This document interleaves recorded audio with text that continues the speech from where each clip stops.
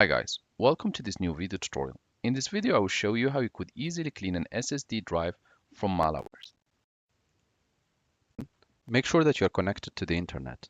Next step, go to the search bar and type Windows Security. Click on the Windows Security to open. This will open the Windows Integrated Antivirus. Next step, click on Virus and Threat. At this stage, you want to click on Protection Updates and click Check for Updates.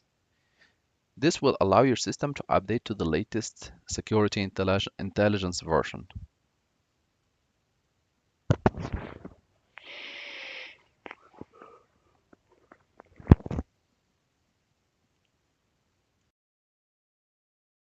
Completed, click on Home, click Virus and Threat Protection, Scan Options, and here you want to select Custom Scan.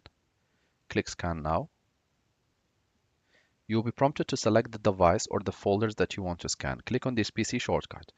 At this stage, if you want to scan USB flash drive or an SD card or an external hard disk or SSD or the Windows operating system and folders. So select which one you want to scan.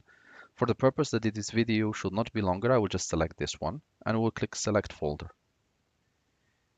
The system will start scanning accordingly, and if there are any viruses or threats, it should be flagged to you. I will just pause the video here and I will restart to show you what it looks like after the scan is done.